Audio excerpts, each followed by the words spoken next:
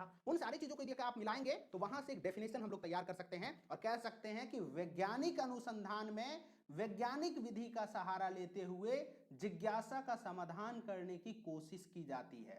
Right, हमारे अंदर जो भी क्रियोसिटी है, हमारे अंदर जो भी जिज्ञासा है, उसको जब हम समाधान करने का कोशिश करते हैं किसका सहारा लेकर के, तो साइंटिफिक मेथड का सहारा लेकर के, तो हम लोग बेसिकली उसको रिसर्च कर सकते हैं। या फिर नवीन वस्तुओं की खोज, यानी कि कोई न्यू थिंग्स को एक्सप्लोर करना, या पुराने वस्तु और सिद्धांतों का पुनर्निरीक्षण, यानी कि जो हमारे यहाँ पे हमारे इस ब्रह्मांड में या हमारे इर्द गिर्द जो ऑलरेडी एग्जिस्ट कर रहा है उसको पुनः क्या करना, पुनः री एग्जामिनेशन करना तथा नए तथ्यों को प्राप्त हो सके, उसको हम लोग शोध कहते हैं। बहुत ही सरल है ये, ऊपर जो चीज हमने पढ़ाया उसी को यहाँ पे एक साथ लिख दिया गया है। हम लोग कह सकते हैं कि हमारा जो क्रियोसिटी है यही है आपका आंसर जो मैंने शुरू में पूछा था, क्या कि आप रिसर्च क्यों करते हैं। आपको रिसर्च सिर्फ इसलिए करना चाहिए क्योंकि आपको कोई प्रॉब्लम दिखता है। दिक्कत यह है कि आज के डेट में जो बच्चे रिसर्च कर रहे हैं या करना चाहते हैं वो इसलिए रिसर्च करना चाहते हैं क्योंकि उसको पीएचडी करना है, इसलिए पीएचडी करना है क्योंकि उसको कोई प्रॉब्लम नहीं दिख रहा है, इसीलिए तो वो दूसरे को पूछते हैं कि बता दो कोई टॉपिक भाई अच्छा सा जिस पे रिसर्च हो सके। अरे भाई तो तुम रिसर्चर का बनोगे।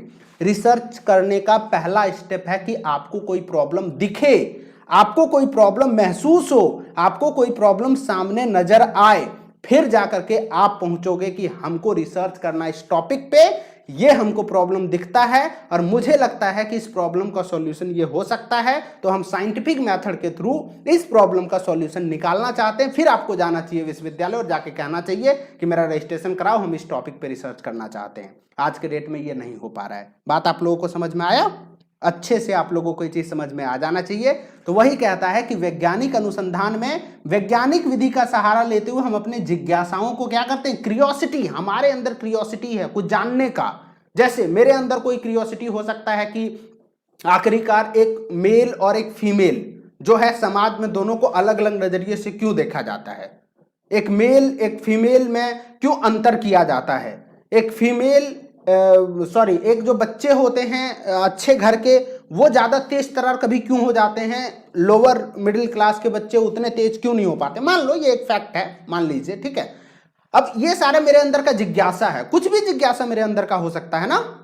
तो उन जिज्ञासाओं को शांत करने के लिए जब हम कोई साइंटिफिक मेथड के थ्रू उसका सॉल्यूशन ढूंढने का प्रयास करते हैं, समाधान ढूंढने का प्रयास करते हैं, तो उसको हम लोग रिसर्च कहते हैं। या फिर कोई नया चीज हम लोग एक्सप्लोर करते हैं जब, तो उसको भी रिसर्च ही कहते हैं। अब आप कहेंगे सर एक बात बताइए, कोई नया चीज को हम एक्सप्लोर कर रहे हैं तो उसको रिसर्च आप क्यों बोल रहे हैं, उसको सर्च बोलिए ना। इसीलिए वो रिसर्च है क्योंकि आप कोई नया चीज का खोज किए हैं, आप नया चीज बनाए नहीं हैं, आपसे पहले वो नया चीज बना दिया गया है, वो भगवान ने वो काम कर दिया है। हो सकता है कि आप पहले व्यक्ति हो उसको खोज करने वाले, लेकिन फिर भी वो रिसर्च ही कहलाएगा।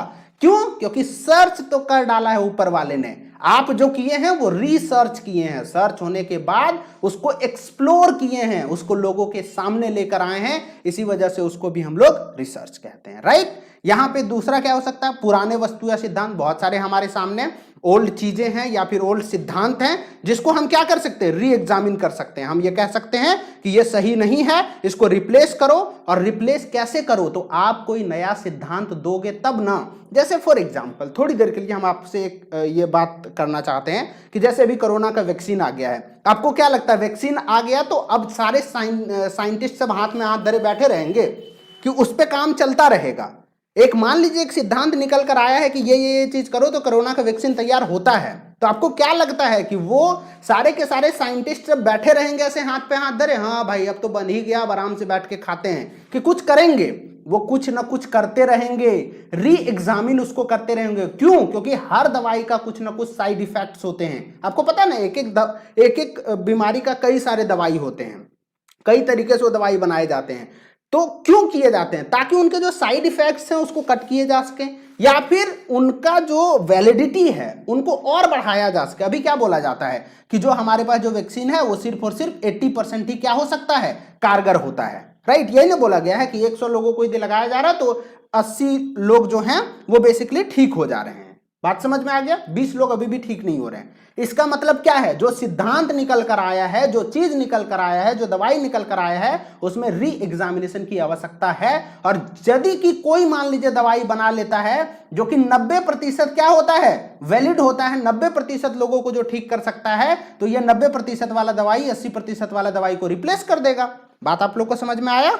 ओके, तो आते हैं, अब ये चीज आप लोग को समझ में आया, या फिर नए तथ्यों को प्राप्त हो सके उसको हम लोग रिसर्च कहते हैं। इसको आप अच्छे से समझ लीजिए तो आपको पूरा रिसर्च समझ में आ जाएगा। यही आपका रिसर्च का सारांश है। यही 3-4 चीजों को हम लोग ऊपर में इतने डिटेल में पढ़े हैं। ठीक है, ये चीज आपको क्लियर हो गया? ओके, अब देखिए आखिरी